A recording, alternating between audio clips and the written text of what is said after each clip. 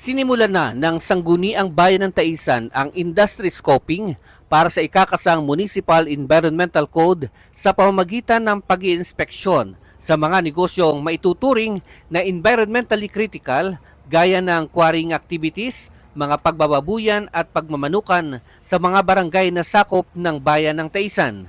Nitong Webes, pinangunahan ni Kagawad Clint Walsh, Chairman ng Committee on Environment and Urban Development, kasama si Kagawad Joel Portugal at mga kinatawan ng pamahalaang panlalawigan, partikular ang Provincial Government Environment and Natural Resources Office o PGNRO at Provincial Mining Regulatory Board o PMRB.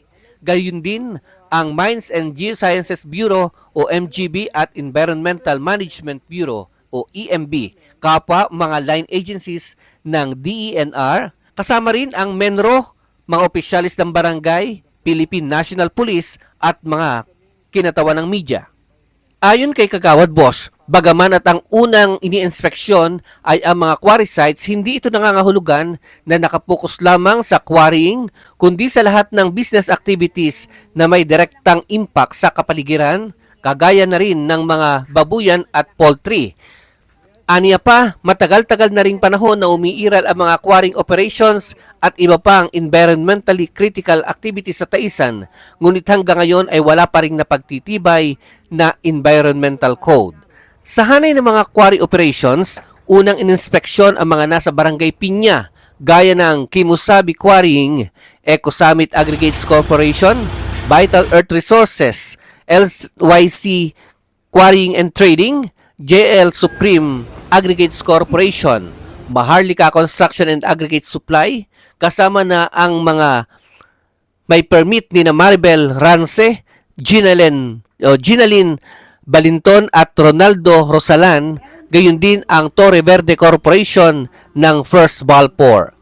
Inisa-isang tingnan ng team ang mga kaukulang permits na mga nabanggit na at napatunayang lahat naman ay may kaukulang mga permiso gaya ng Environmental Compliance Certificate o ECC, Mining and Quarrying Permit mula sa PMRB at Mayor's Permit mula sa pamahalaang lokal. Actually, ako ang determine kung laman or natin Sinalik mo yung Para yun, kakantas. Ito yung mga kasunod. Kasi ang inalam namin dito, sa legal basis is yung ECC.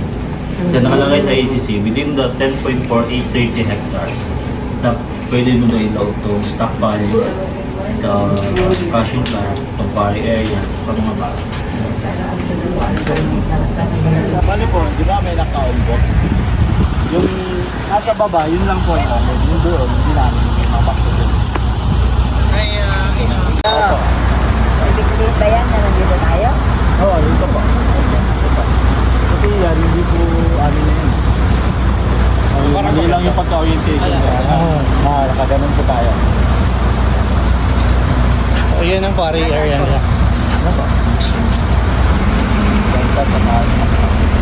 Ayon kay Kagawad Boss, bukod sa pagsunod sa mga regulatory permits, nilalayo ng pagkakaroon ng ikinakasang environmental code na maging institutionalized ang Social Development Management Program o SDMP ng mga quarry operators at makakolekta ng hiwalay na environmental fee ang pamahalaang lokal para pangtugon sa mga environment hazards sa pag-extract ng aggregates at iba pang quarry products.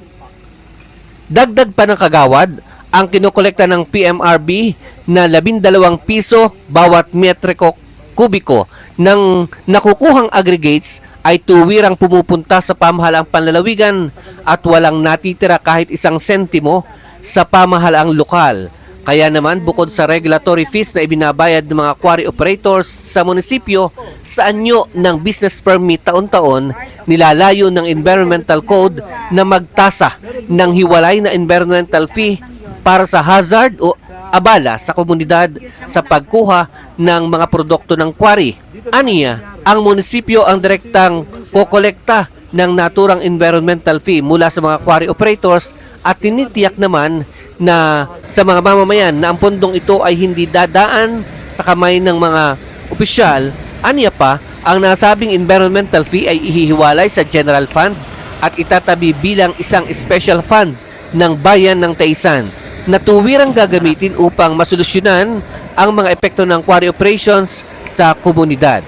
Bukod sa polusyong dulot ng pagkakwari, gaya ng sobrang alikabok at malalakas na pagsabog kapag may blasting operation, pangunahing idinaraing ng mga taga-Taysan ang mabilis na pagkasira ng mga kalsada.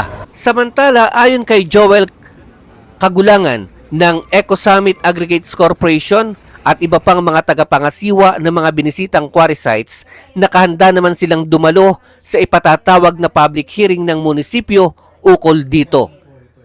Samantala sa isang hiwalay na panayam, sinabi naman ni Vital Earth Resources owner Rufina Gelston na bagaman at wala pang Municipal Environmental Code ang bayan ng Taysan, mayroon namang umiiral na SDMP ang mga quarry businesses ng pamilya Villena, hindi lamang sa Barangay Piña kundi maging sa iba pang barangay ng Taysan. Patunay aniya dito ang isang training school sa Barangay Santo Niño at ang Polymedic Clinic sa Barangay Pinagbayanan na naglilingkod sa lahat ng mga taga-bayan ng Taysan.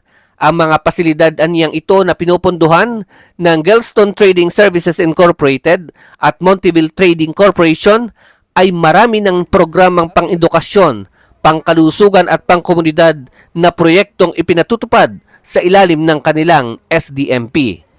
Gayunpaman, patuloy niya silang nakahandang makipagtulungan sa pagpapalakas pa at pagkakaroon ng Unified SDMP at iba pang ikagagaling ng bayan ng Taysan. Sa kabilang banda, ang mga pangunahing kalsadang maraming sira-sirang bahagi ay mga bahagi ng provincial roads na nasa ilalim ng pangangasiwa ng Provincial Engineering Office. May mga municipal road naman gaya ng nag-uugnay sa Barangay San Marcelino na pinagtulong-tulungan ng mga quarry operators na magawa. Mula sa bayan ng Taysan, para sa BNN Integrated News, Ronald Medina Rayos, nag-uulat.